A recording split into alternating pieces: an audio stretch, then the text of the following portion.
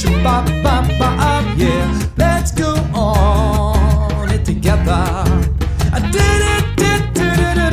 Let's go on an adventure. Ba-ba, shoo-ba-ba-ba-up, yeah. Let's go on it forever. If you're feeling blue, nothing left to do, my love. And if you're feeling bored, I know you know the cure. You know the cure. Let's go on an adventure. Bop, bop, shoo, bop, bop, bop, yeah. Let's go on it forever. Let's go on an adventure. Bop, bop, shoo, bop, bop, bop, yeah. Let's go on it together. Let's go on an adventure. Thank you guys for tuning in to another episode of the Musical Chairs in Massachusetts. I am your host, Chris, and unfortunately, our co-host, Nikki, is away, but that's okay. She'll be back. In the meantime, we have our special guest host, and that is none other than, wait a minute. Sorry, am I interrupting? Am I on? Yeah. This is here, the Jason Cook from the Fuck Offs. How you doing, Chris? I'm doing well. How are you? I'm good. Thank you for having me today. Oh my God. Thank you for coming down to it. Just like, I'm starstruck. I know. You saucy little tart. No, thank you for coming. Thank you for coming down. So boy, we have a absolutely fun, exciting show today. Like, our guests are just very, very super talented. Easy on the eyes, I guess I would say. But just really talented, really musically talented. And not only are they musically talented, but it runs through the family. And guys, you're going to be excited to see this absolutely awesome episode. But in the meantime, Jay, how have you been? I have been all right. Yeah? No complaints. It's been a nice weekend for music. Oh, I know. Right. Serious. I had practice. I'm actually our guest today. I had the pleasure of seeing Out last night. In fact, by the time that I left the show, it was today. Yeah. So it's just been a few hours since I've seen them. Nice. They had the entire venue just floored. So that's awesome. Your viewers are in for a treat. Yeah.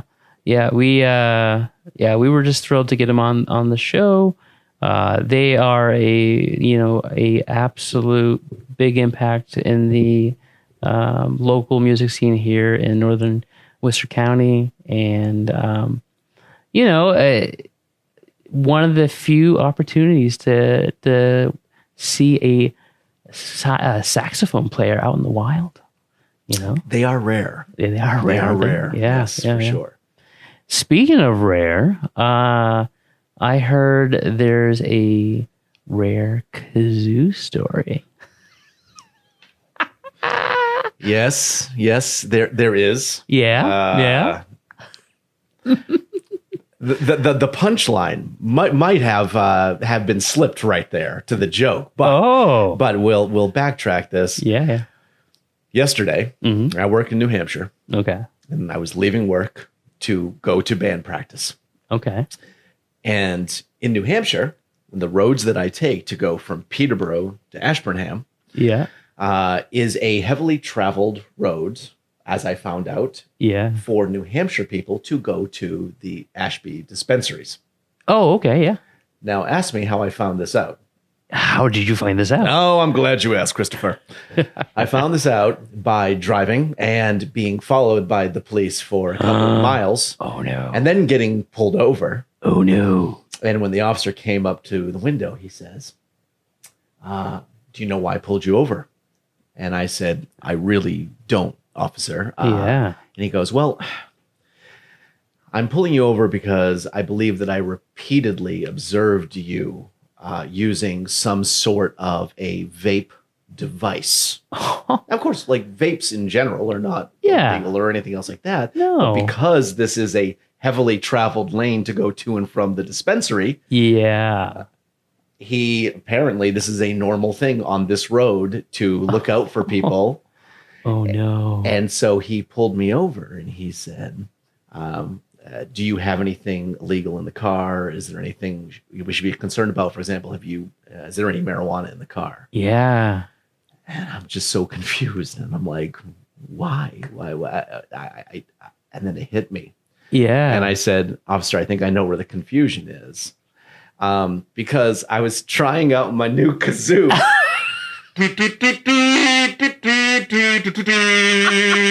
And apparently he was seeing this raised in silhouette. And he thought I was partaking. Oh my God. Okay. I've been pulled over for maybe silly things, but never for playing a kazoo in the car. So kids, the lesson here is do not kazoo and drive. You know what? I'd like to address your audience. You know what, kids? The lesson here is rock and roll trumps the law.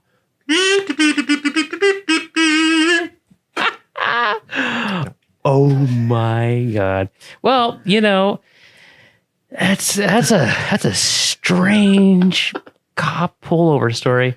But I appreciate it, and now I can understand why our friend there, Nikki, was like, "Hey, have him tell the kazoo story." Oh my God, that's great. Well, guys, so that's just a taste of what you're about to watch. So, Jay, why don't you lead me off? Well. I'm really glad you asked me to do that. I'm just really excited to be here, not just to have been invited as a guest, but I get to be here with some real friends, people who I'm friends with, I'm a fan of, I've had the opportunity to work with, and they are so humble. Yes, they are. And I don't even think that they recognize how much of mainstays they are in this local community and how loved they are. Yeah. So I think we just get to it and you give them the introduction they deserve. Today's guests are Very Kate and Ashley, a sister acoustic duo with deep musical roots. They grew up surrounded by music and got their start performing at local open mics. But it wasn't until just a couple years ago that they officially teamed up as a duo. Known for their creative covers of well-loved hits, they bring their own unique sound through rich harmonies and trading vocal parts, adding a fresh, heartful twist to familiar favorites. Welcome to the show. Thank you. Yeah. Thanks for having us. Yeah, definitely. So, yeah, definitely. Let's go ahead and get into it. Give me a second. I need to get the questions. So, guys, when let's start from the beginning. When did music really impact you guys? When did you guys start picking up instruments? When did you start singing? I was just thinking about this earlier, but I think like the first time I really remember singing was in church. I was just gonna say that with Dad. That's my first memory. Because like Dad was like really into it. Like he would always have like the page number ready. Like you walk into church and they'd have the page numbers like written for like what songs we were gonna do that day, and he's like, "You have yours ready to go, right?" And I'm like, "Yeah, of course." So like that's where, and there's like harmonies and stuff in that music too. So I feel like that was like probably the first thing, and then after that it was like karaoke at the camp. Yeah. Oh wow. Yep. So no instruments at first, but I loved singing even without them. So nice. And then I started playing saxophone in 4th grade. Okay. After the recorder. Yeah. I was super cool, and I played the alto recorder. Okay. Yeah. What? Yeah, right? You didn't even know that was a thing. It's a thing. But I was in band all through school. I did the marching band in high school and went to UMass Amherst. Did the marching band there, which was awesome. So that was all really like, reading sheet music. And then Kate was about 8, I'd say. I'm a little older than that. We won't go into that. Than her, I should say. And we would go to open mics at Williams with our dad. And you were starting to play guitar. We were both really started probably around the same time. Yeah, I started in 6th grade. So how old are you then? I don't know. It was like 11 or so. I was going into college. I was starting to play guitar. Yeah, so it was probably before 6th grade for me because I played at the 6th grade talent show. Ashley taught me the song Bubbly by Kobe Calais.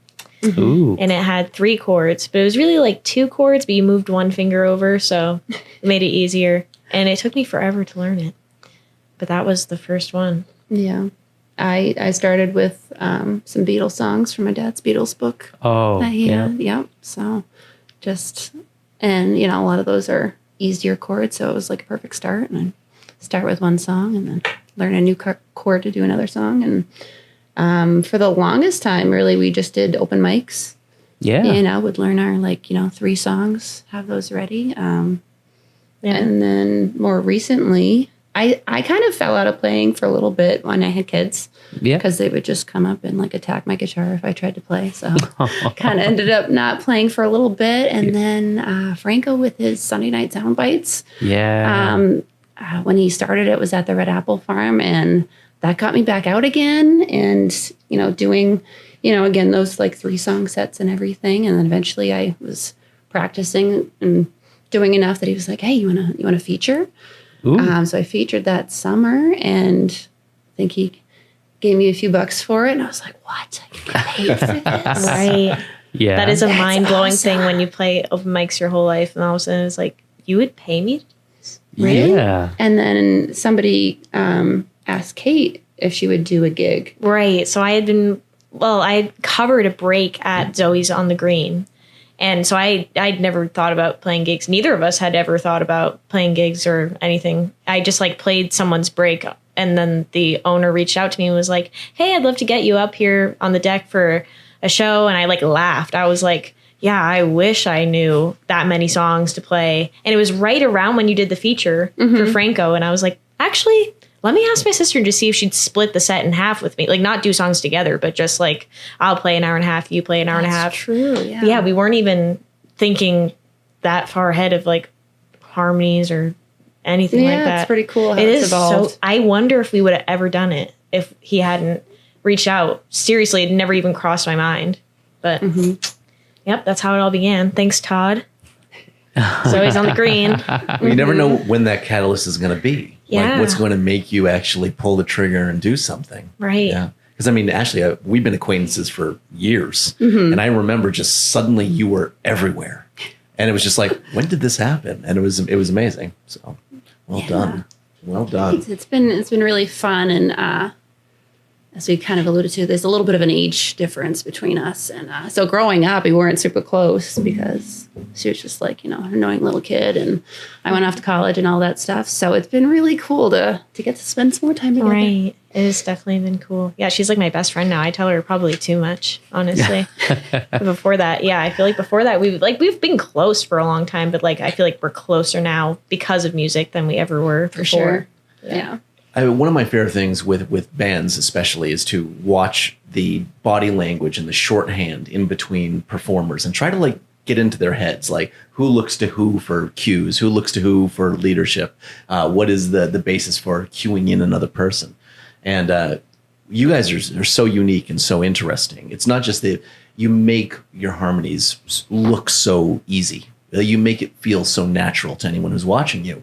But as you were just sharing about, teaching a few chords when you were little, at a formative age, you were mentoring her at some level. And I can't help but think that maybe there was a trust that was formed there, because now when you guys play, sometimes you're barely even looking at each other because you just inherently trust one another. And I feel that really comes through. So it's really a neat dynamic that you have. Oh, that is cool. I've never thought about that, but yeah. probably does have something to do with it. Yeah. Now my daughter's picking up the guitar. And like she reminds me so much of Kate. Yeah. They have a lot of similarities. In a scary so it's way. like, yeah. She's a ticket. She is. She's awesome. But yeah, she's picking up the guitar and she's a natural. So it's super cool to see her starting her musical journey. And next year, as long as enough kids sign up, they're going to have band in school. Fantastic. Yeah. Super excited about. So hopefully 25 fourth graders at least sign up. But she's going to play saxophone. That's what she wants to do. She's going to borrow Kate's old saxophone. Oh, nice. I didn't even know. No one told me. Yep. This is news right The now. one that you mastered. Yeah. Yes. Yeah. Yep. Oh, I was very good. Yeah. I haven't actually played the saxophone since the 8th grade, and I'd be worried sick if I couldn't find it at my parents' house, wherever it is. So that's really interesting because, you talk about that excitement about your daughter, stepping into that role, but your parents, and you talked about your dad, and anyone who is around the area knows Glenn, and he's a mainstay and as both a participant and a host of open mics. Mm-hmm. So, if you go out to see the two of you, you're likely to see your parents out there supporting you from the crowd, and sometimes joining you on open mic nights and whatnot. What's that like when you think about that across multiple generations of your family? Like, that must be really special. Yeah, that's really cool. And just music in general, it brings together so many different age ranges, which is, I feel like, pretty unique. So we've always kind of been, just around a lot of different age ranges. And that's kind of the cool thing about music. It doesn't really matter, your age, and it's just everybody brings their own thing to the table. But it's been so awesome to have our parents support us. We wouldn't be doing this if it weren't for them. Yeah, my dad was like, when I first started playing guitar, it was like 6th grade-ish, and he was like, if you play a half hour every day this summer, I will give you $50. And I was like, ooh. $50 American? So naturally, I played every day.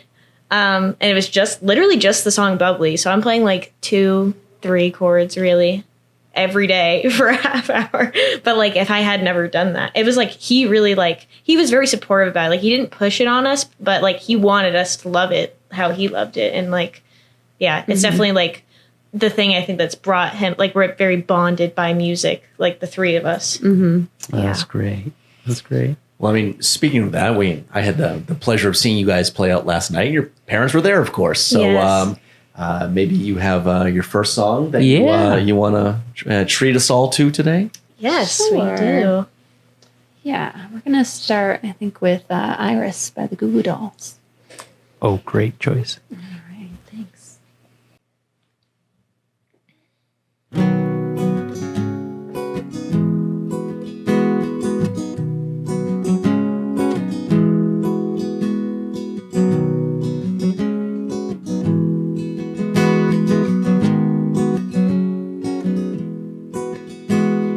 Give up forever to touch you, so I know that you feel me somehow. You're the closest to heaven that I'll ever be, and I don't wanna go home right now. And all I can taste is this moment, and all I can breathe is your light. Sooner or later it's over, I just don't wanna miss you tonight. And I don't want the world to see me, 'cause I don't think that they'd understand. And everything's made to be broken, I just want you to know who I am.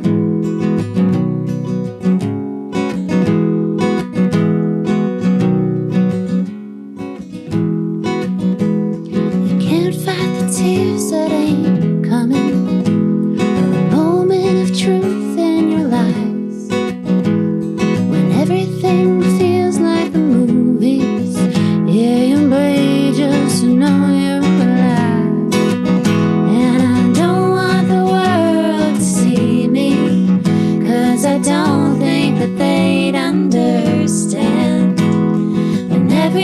everything's made to be broken. I just want you to know who I am.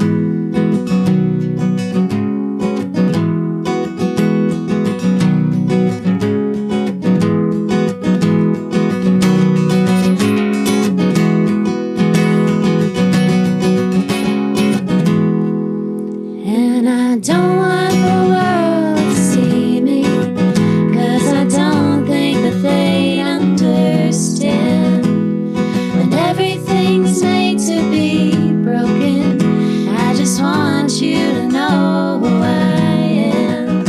And I don't want the world to see me, 'cause I don't think that they'd understand. When everything's made to be broken, I just want you to know who I am.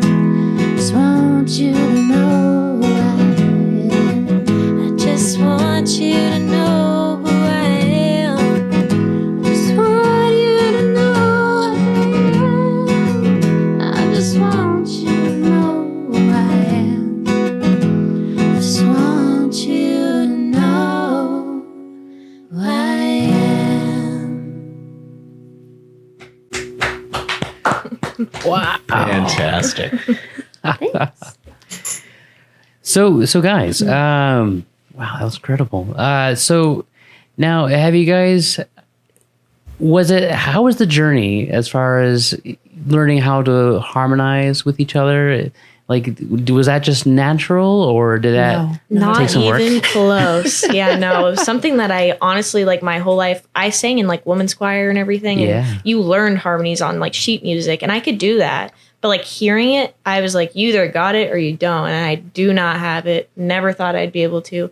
And it was just something like, for me, I just started like singing with the radio poorly.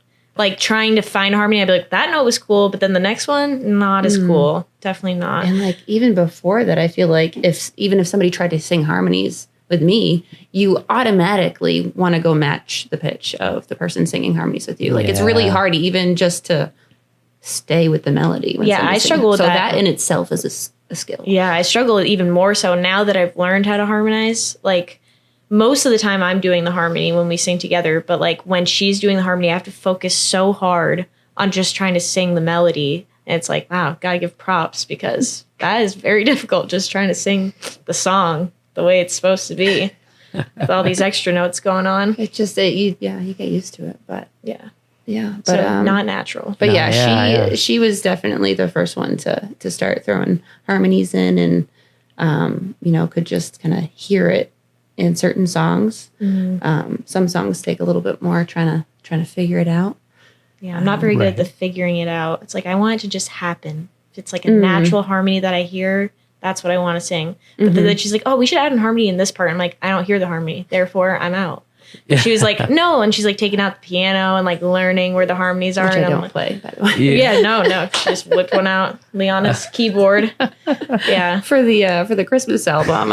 Oh wow, that was fun. Brian Chaffee's song. I'd be like trying to like, okay. It was difficult. Oh, yeah. Pum pums. Yeah, she did a good job, because that's like I can't do the like. It's weird because in choir I did learn harmonies, but like trying to write them myself, like trying to like find the notes, like Having very little knowledge of the piano and everything, but it was difficult. But then you realize that there's some chords that have this funky other note in it that's not in like a like a regular C major chord, for example. Just like, and then that's where the harmony goes. I don't know. Right. It's weird. Like the melody and the harmony don't like follow each other perfectly. And that's like a weird thing to try to figure out. Because you want to just be like, oh, I could just sing this whole thing a third higher. No, you can't. Yeah. And she only will sing higher harmonies currently. Yeah, I'm still working on the lower harmonies. I have to sing super low so that she can sing high. Oh, we have a pretty similar vocal range too. So yeah. So that takes some figuring out when we're learning a new song. We kind of have to be like, okay, this is too low to sing the verses, but okay, this key is too high to do chorus, the harmonies with. Yep. So it's usually like, okay, we have like a maybe 2 or 3 half step range that we could possibly do the song in, and we just try to figure out what sounds best. But you always seem to find a place like where you can live, because it'd be easy if you were just doing a straight cover and then just finding the place for the harmonies to sit in, but you experiment, you make things your own.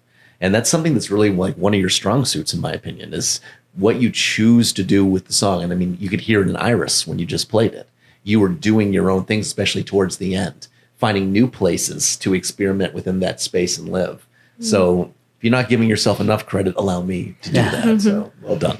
Thanks. Yeah, I couldn't agree more too, Jay. You know, that's the thing. It's like covers are great, like, you know, on their own. But when you add your own spin to it, it's just like, oh, wow. Like, I've never heard that song played that way. And I love that about you guys. You guys are just fantastic to see out there performing and adding your own spin. Now, as far as like selecting your songs to cover, do you guys have like a method? Do you guys, or is it just what you like, or? Yeah, pretty much just what we like. We like to try to change some songs, you know, that are done a little bit differently originally, or maybe not done acoustically at all. Those ones are really fun to cover. Or if it is an acoustic song, we'll, you know, make sure we add some harmonies in to make it different than the original. But yeah, really just what we like or what we think people will enjoy. Yeah, exactly. I was going to say like popular. We try to do more popular stuff because like, even though like I don't necessarily listen to all of the like music that we play, especially a lot of the pop covers, like I don't listen to Britney Spears all the time, honestly. But like people know those songs and it makes me enjoy playing them more when people are out there like, is this Toxic by Britney Spears? Like this is so different than the original. Makes it like you do a really good job at making your covers completely different than the original. you. It's very cool. Yeah, thanks. Yeah. Yeah, I really enjoy like I like when people are like surprised. Like I want someone to hear the song and not know what song I'm playing at first and then be like, wait, is this that song? That happens with Hey Ya all the time. Yeah. Oh yeah. Is this Outkast? Right, because you're like, why am I crying? Isn't this a happy song? Why am I like crying in the club? Well, it was never a happy song. You know, Right. the song itself. Right. It's That's true, but it's just so deceptive. upbeat Yes. and yeah, it's a great song. Yeah, the first time I ever heard you, I had walked into, you know, people around here will know it as the Onion. I always refer to it as the pub. It's the Otter River Pub. So I walked in, and I walked into you doing No Diggity from Blackstreet. And that was my first exposure to you a year and a half ago, give or take, something like that. Yeah. And my mind was blown. It was absolutely blown. I was instant fan right away. Yeah, same. Yeah. Oh, thanks. Yeah, that is still definitely one of our favorite Yeah. ones. Yeah. I feel like everyone knows that song. Doesn't matter how old you are. Every time that we play it, I'm like, why can't every song be No Diggity? Yep. It's that just is- so much fun. That is. Again, I'm gonna refer back to last night. I'm pretty sure you killed it every song, and you had a bunch of just large group of grown men sitting there being like, "Yeah, they're doing Toxic." I mean, masculinity went right out the window. We were all Britney, bitch. Now, you mentioned a few times so far that, you know, a little bit of an age difference here, which makes the next question kind of interesting to me. You grew up in a musical family, but you have a little bit of an age difference. So separately, where are your musical influences? Ooh. Interesting. I kind of struggle with this because I don't really know. Like when I first started playing, I was influenced by Kobe Calais, and I wanted to learn all of her songs just because it's like a similar style to what I do.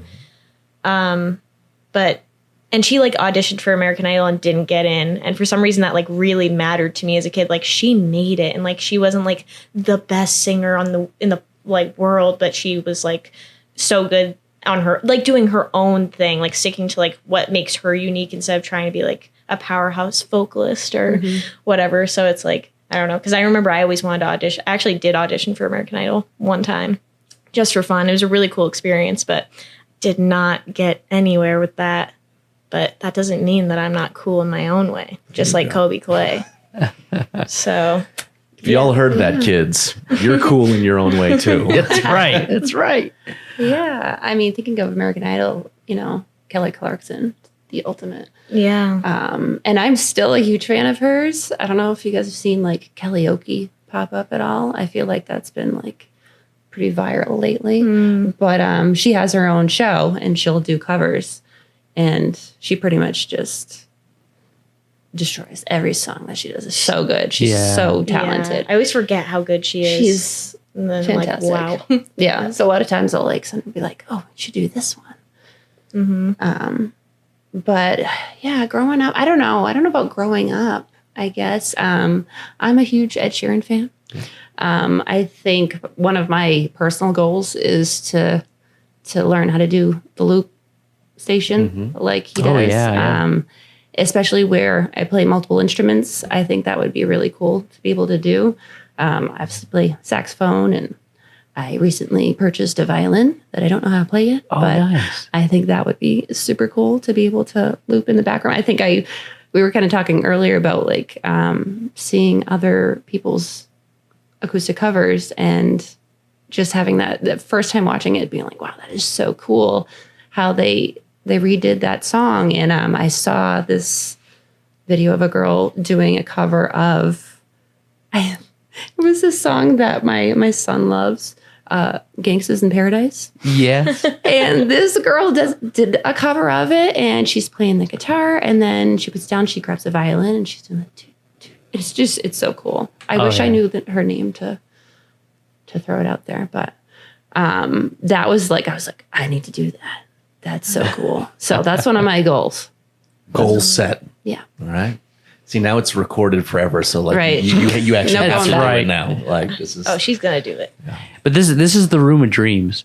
Like everything, like people have set goals in this room, and they've all come true. Yeah, 2 weeks ago, I was sitting right where Kate was, and I said, you know what? Someday I want to sit right where Seth Newton's sitting.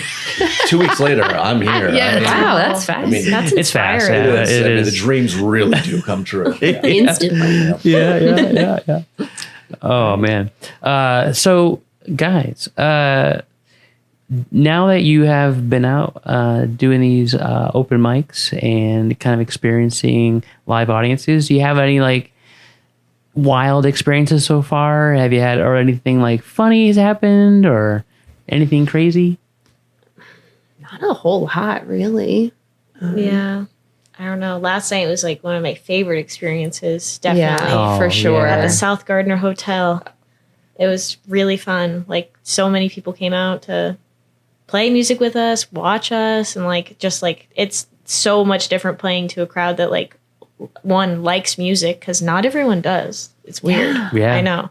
Yeah. But like they appreciate the music, they're listening, they're clapping in between songs. Like that makes the like some gigs just drag on when there's no one there that really like cares about like I always say I just need one person in there like tapping their foot or like singing along, mouthing the words, and I'm like, oh wow, someone's listening. Like that's but when the whole Even just room is clapping listening afterwards, you know? Like it's nothing worse than just crickets after you finish. Oh, the song, no. you know? Right. And there were no crickets last night. It was great. There was not a good. single cricket in there last night. Yeah, it was really so. That was probably like my favorite For sure. gig yeah. experience. Yeah, and we had just Unexpectedly, really, too. really cool jam I feel session. like there's some that we've been like, this is going to be awesome. And then, you know, Right. it's just a room full of people that aren't there for music. Yeah. You know? Yeah. And it's just different. But yeah. Yeah, because last night you had a lot of friends of this podcast. Yes. Oh, I know. Isn't it crazy? Like all of them, Yes. yeah. Yeah. We'll name drop Andy Kuchta and Oh. Amanda Melly Yep. and Jake Goldstein. And it was fantastic. Yeah. And we had a big crew Both there. Derek and Andy up on stage with us for a Yes. few songs that we get together every once in a while and practice, and to be able to do that on stage together was so much fun. It was fun. Even with one mic short, we made it work. Yep. Yeah. The chemistry was on fire, and you were very generous with your mic. I did notice. Oh, thank you. Yeah. Well, you know, can't hog it, I guess. And do you find that too, that the community, the musical community around here helps you with your performances and your confidence and everything in that sense? Oh, absolutely. Yeah. I mean, I don't think we would be doing this if it weren't for, you know, the feedback that we get from our peers and all of the support.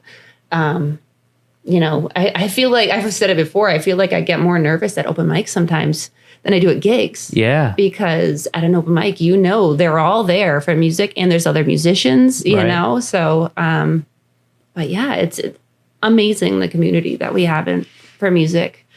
Yeah, I always wonder if other places have like the same kind of like. I just don't think they do. But I don't think they do obviously, either. I don't came know. out of but- nowhere almost, like all of a sudden the last few years. Yeah, I always think about Bernie, our old friend, passed away. He was like definitely someone that brought everyone together, and like I feel like that has still continued. But it's like all the new people just in the last few years that I've met. It's like wow, like I feel like it's just never gonna stop. And same with the age differences and stuff. Like I started being around this when I was really young, and like it was like all different age groups, and I feel like that's just going to keep moving up, and like soon we will be mom and dad throwing the cool parties, and there'll be Liana there and like all the other younger kids. It's like yeah, it's just, but everyone's so supportive. Everyone, you know, everyone's always trying to get us to write music too, but it's like and they're like, oh, just like try, and like I don't know, it's just like very inspiring, motivational, just seeing all of them. I definitely feel like an imposter most of the time. No. Still like, and just talking about how many people play music and everything, like never even thought of doing gigs because like we can't do that. You know, those are like, you know, real musicians that are playing out. And, but it's been really fun, and, you know, we do our own thing. Yeah. And I love those moments when you guys are out there, you're playing together, you're playing individually, and then you incorporate like these almost like jam sessions with other musicians. You guys kind of just wing it and create these awesome moments. You know, just a witness. So yeah, I too feel that this area is just we are so fortunate to have such an awesome community of musicians. And that's why we're putting our spotlight out here, because the rest of the world needs to know how talented just this northern part of Worcester County is, let alone the rest of it, you know? So awesome. Do you guys have another song for us? Yeah, I think we're going to switch it up a little bit, right? Yes. All right. I think we shall. All right. This next song is called Buy You a Drink by T-Pain.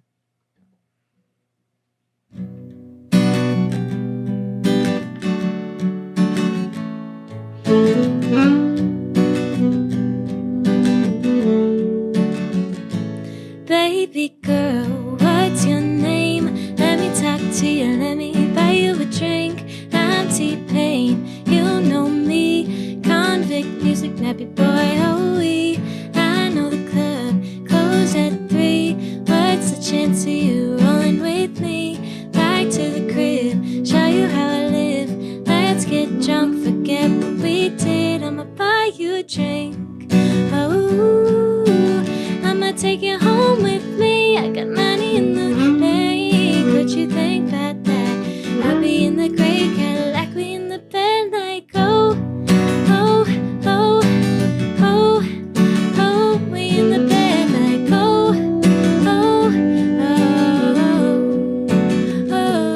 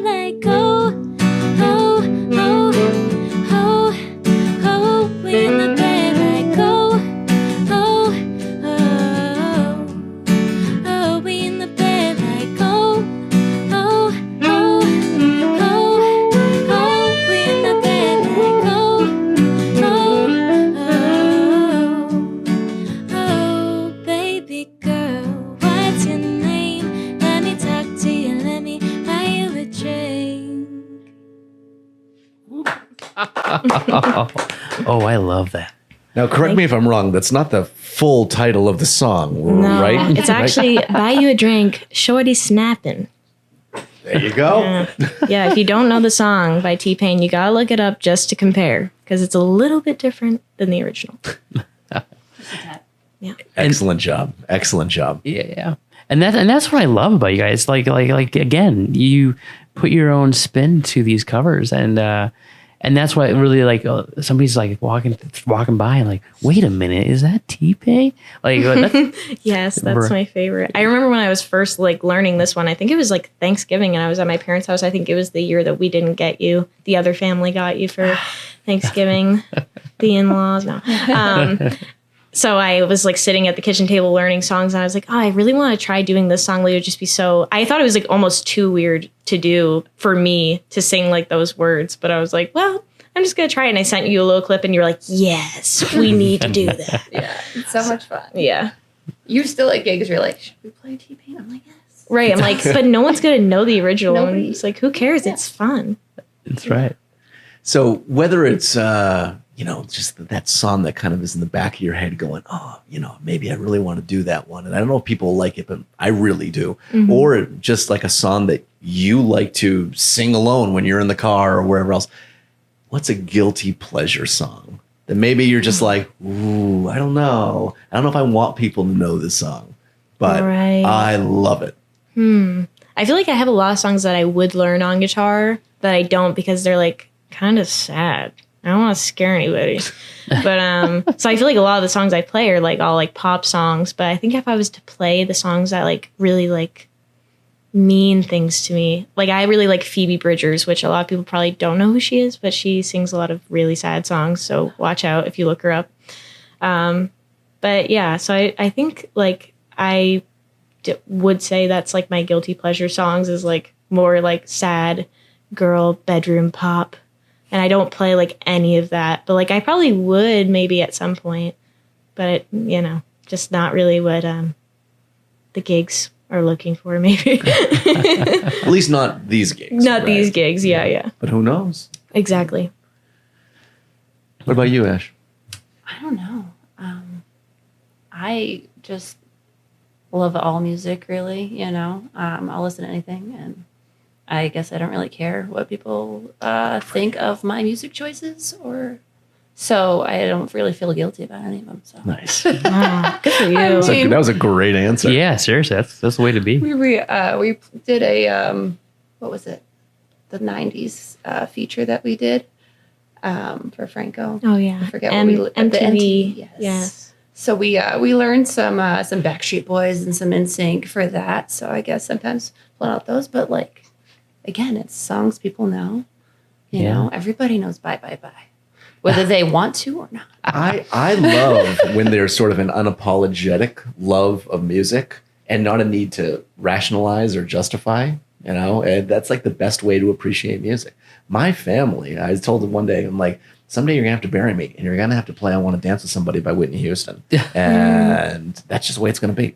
What's wrong with that? Yeah. It's one of the best songs ever written. Right. There you go. Yeah. And we'll be right back after these brief messages. In 2025, be on the lookout for Derek D. Acoustic's upcoming album, Ashes to Acoustics, The Sonic Revival. Throughout the year, Derek will be releasing several singles, leading up to the full album release, which will include a few extra tunes just for you. Ashes to Acoustics features live acoustic covers performed at open mics at the Otter River Pub, recorded by Soundbites events and open mics. You'll find them on all streaming platforms, so make sure you follow Derek at Derek D. Acoustic to stay updated on these releases. Enjoy Ashes to Acoustics, the Sonic Revival in 2025 and beyond. And now back to our show. So guys, now you've played at a lot of venues. You guys are going to be playing at a lot of venues coming up this summer. Do you guys have a dream venue that you would like to perform anywhere in the world? Not really. I feel like I've always said that I want to try like busking in Ireland on like, I think it's called Grafton Street, right? That's like just seems so cool For to me. sure. Like I don't care if I even make money, just to be able to like be on the side of the road playing with my case open. So cool. We went there a couple years ago together, and which is really cool. Girls trip with our mom. Oh, nice. And being in Dublin, seeing different performers every 50 feet. We're definitely like, okay, yeah, next time we come, that's on the list. Mm-hmm. We did do an open mic there. That was cool. Mm-hmm. I can't think of any like specific venue that I'm like, wow. I'm really excited about Stone Cow. Yeah. That was like one that I was like, oh, I wonder if we'd ever play there. So. Oh, that's awesome. Yeah. But really just anywhere where everybody's there for the music and is, enjoying it. Oh, yeah. That's all you can ask for. I mean, and we have so many great spots here locally. Just, we have like the Outer River Pub, shout out. We have Brew Barn. We have the Thirsty Turtle. We have the Mill City. Just the list goes on and on and on. And so, and it's so great to hear too that you guys are branching out and getting more visibility out there. So that's awesome. Yeah, I feel like I was trying to think of how many places, like venues we've played at, and I think it's like, I know we've done some separately, but like I think it's like around 20 places now. Probably. Yeah, like I think it will be 20 by the end of June. So it's kind of crazy because we got some new ones. But Nice. yeah, July 3rd is a new one. Yeah, that's what I'm thinking. By July 3rd, it'll be like 20. And every venue has a different dynamic, a different kind of tone and a feel. Some places, I'm sure, maybe it's a little bit more of like dinner music or cocktail music, and then like a night like last night where you were running the entire joint. Yeah. When you look at kind of the range of venues and the range of vibes, is there anything that you guys do specifically, whether it's knowingly or unknowingly, to connect with the audience, like to really make it something that is memorable that makes them want to come out and see you again? I mean, we definitely switch up the songs that we play depending on the venue.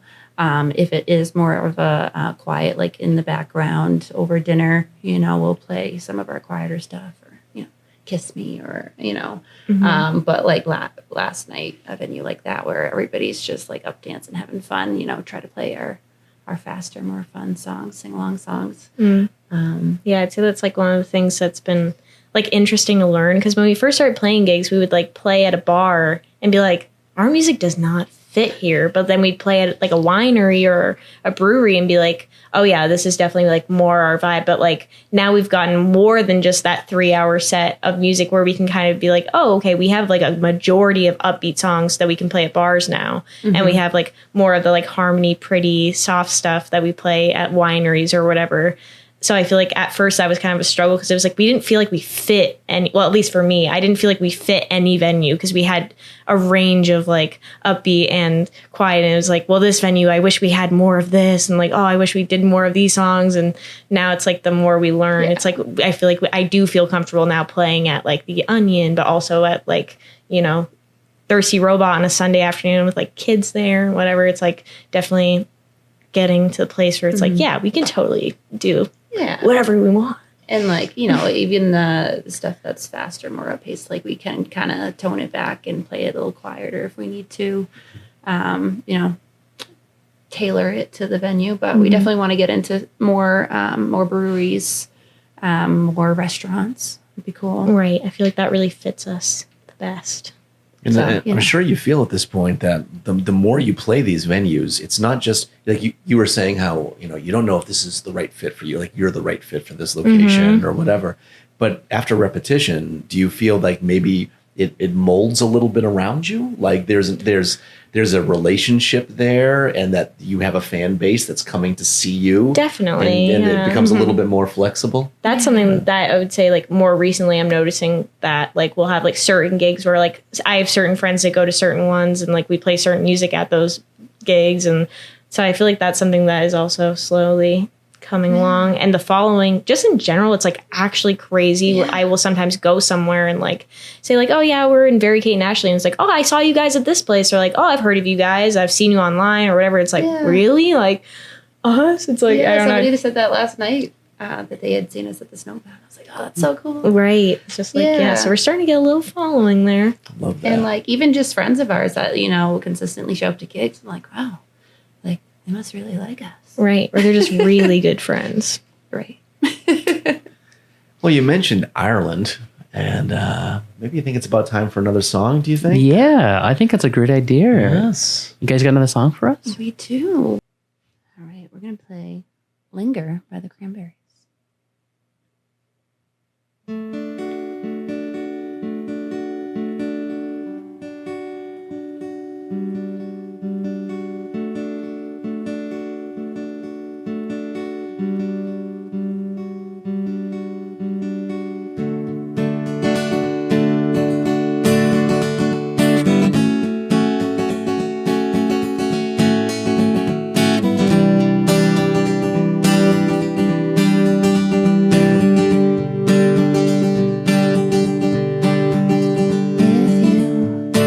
If you could return, don't let it burn, don't let it fade. I'm sure I might be rude, it's just your attitude. It's knocking me apart, it's ruining everything. And I swore I would be true, honey, so did you. So why were you holding her hand? Is that the way we stand? We're lying all the time. Is it just a game to you? 'Cause it's so deep. You know I'm such a fool for you. You got me wrapped around your finger. Do you have to let it linger? Do you have to? Do you have to? Do you have to let it linger? Oh, I thought the world of you. I thought nothing could go wrong. I was wrong. I was wrong. If you could get by trying not to lie, then things wouldn't be so confused, and I wouldn't feel so used. But you always really knew I just wanna be with you, and I'm in so deep. You know I'm such a fool for you. You got me wrapped around your finger. Do you have to let it linger? Do you have to? Do you have to? Do you have to let it linger?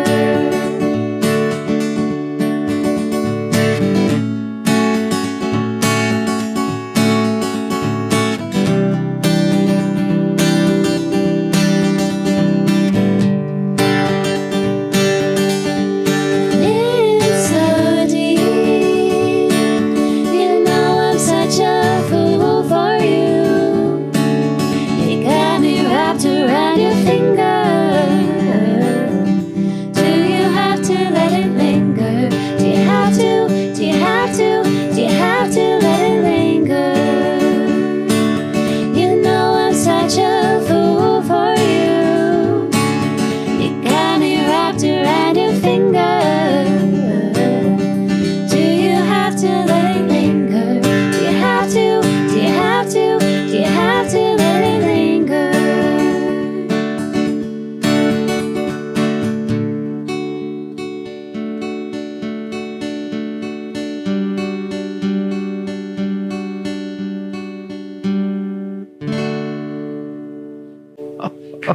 Oh, Well done. yeah. Thanks, guys. Love that. The magic is going to linger for a while. Oh, that's incredible. So, guys, is there, a moment so far in your musical journeys where you feel like that your music or your performance has inspired anybody yet? Performances. Like, have you guys had any encounters where, like, oh, I love that rendition of that cover? Yeah, for sure. I mean, I can't think of anything specifically, but there was somebody last night that came up and said, like, oh, my wife would love, what you guys do. So that was really cool, just for somebody to just know that, like, somebody else would enjoy us. It was cool. But and I mentioned earlier about my daughters. It's been really cool to see her kind of start her musical journey. And you've brought her up on stage with you. Oh, yeah. Like Thirsty Robot. She has no fear. Oh, it's fantastic. it's great She'll to get see. and she's got incredible timing too, beat. Like so Yeah, she'll way get better nice. than me. on the box and she'll drum. So she's been doing that. She'll get up and sing with me. Oh, that's awesome. Yeah. So She even started stealing my harmonies, I heard, at the camp. that was A crazy. couple weekends ago. Yeah, we were out there and I wasn't singing. I was like, I don't know. I left to go sit by the fire and I hear like my harmonies happening in the song. And I'm like, that's so weird. I can almost hear my part. And then I looked, I was like, you're singing my part. And she was doing it perfectly. And I was like, and even just to learn a harmony like that and be able to sing it. Like we haven't practiced that. Yeah. I was like, oh my God, I'm going to be out of here soon. Next generation. But yeah, she's That's definitely been inspired, I would say. So have you now, you definitely have, your family has that musical, talent ingrained. Has that really, have you guys like all got together, like your father and you guys done anything as a trio? Yeah. Yeah. There's songs that my dad will play guitar and Kate will sing. They'll kind of trade verses and I'll play saxophone. But we definitely want to get some more songs done together. Some newer ones. Gotta do that. Yep. It must make the time at the sitting around the campfires really interesting when you guys all pull out instruments and do a little on spot rehearsal. Yeah, yeah. No, I know my dad's always like, imagine if we practiced, because it's like, and he just like, you can tell whenever we play out with him, he's always on stage in the mic like, can you believe this? Like, how lucky am I? I'm so proud of whatever. It's like, he's like, yeah, he's really, so yeah, I think we should do some more songs, the three of us. Oh, it'd be great. Well, you said the campfire, and of course that makes me think about the camp and everything that goes on up there. And I've been up one time, and I remember having a conversation with your dad about how much it means to him to have that time with you. And he talked about Memorial Day, which obviously just passed, and everything, and how special that is to him. So I'm sure he would appreciate that as much as anything. Yeah, and we grew up with that. I mean, a lot of our music, experience, I guess, was at the camp. And, we've mentioned Bernie several times, which is totally fitting. Yeah. But I just think back to, around the campfire, we would have a whole bunch of musicians sitting around the fire, and we would just trade songs. Each person would, go around the fire and play their song, and it was just so cool. Things have changed over the years, but we're trying to bring it back. Yeah. I feel like that's what I thought a campfire was as a kid. Like, you don't go, like, it's like people are having a fire and it's like, oh, I'll bring my guitar. And they're like, what? I mean, that's cool. But usually people do think it's cool, but that's not normal. A normal campfire is just like s'mores. I'm like, okay. Like, You can't play music on a s'more. Original. and just like breaking out into song randomly, like people's families don't do that. It's like, what? You guys don't just like start jamming out together? It's crazy. So that's actually really interesting. So like you're reconciling a childhood experience with an adult activity, right? And you're both at different places in your life, but you came from the same place. So how do you, and now that you're up and you've been doing this for a couple of years and you have all these gigs and you're out playing all the time, how do you balance it with your lives, with your job, with family, with everything? Because it's been a part of you for a long time, but this is probably the first time that you're really saying, okay, this is a part of my life. And now I have to balance it. How do you go about that? Are there challenges? Definitely. It's definitely a challenge for me. Working full time. I have 2 kids.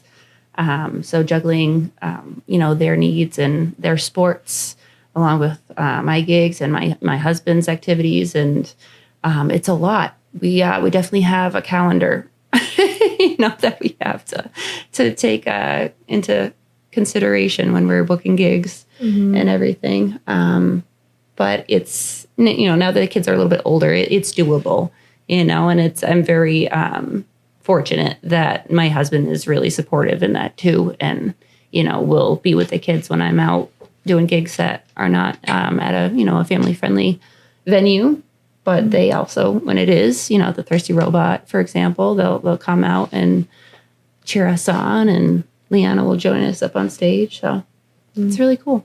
Yeah, I'd say overall, like it's like most of the time I find it's like a really good balance of like having like, a gig here and there, because I also work a full-time job and busy. I do line dancing and all kinds of things.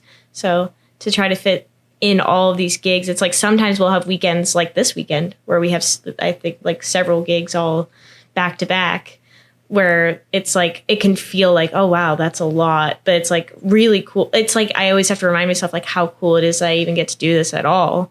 And then there'll be, weeks where I'll catch up on all the other stuff, and the laundry will get done eventually. Yeah, we do try to spread them out so that we don't have, like, I don't think we've ever booked like 3 gigs in one weekend, because that's just too much. Right. Yeah. We have other things going on. And like I said, we both work full time. I would love to have music be my full-time gig, but at the moment it's not. So we kind of have to pick and choose our weekends and make sure that we're like for the Memorial Day weekend, we were like, we are not booking any gigs that weekend. We're going to be out there the whole weekend.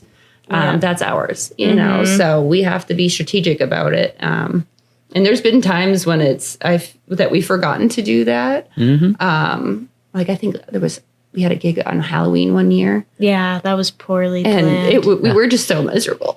Right. It's like everyone else has this cool party together. Then we dressed up, and it was not like there was nothing going on. Nobody was dressed up. And we kind of knew that, but we did end up, I think, going over to the pub, as you call it, afterwards, and joining the festivities there. So it worked out. Right. But yeah, you do learn as you go. It's like, some days it's like, because it wasn't actual Halloween. It was like, the Saturday before Halloween or something. So it was like, that was the night that everybody had their Halloween parties. I think my sister-in-law had one. There was multiple things going on, and we missed a lot of it. So we got to be more careful. But but we're very fortunate to be able to do this. Yeah. Excellent. Well, guys, we're nearing the end. But before we get there, do you have another song for us? Yeah, we do. Always. So this one is Save Tonight by Eagle Eye Cherry.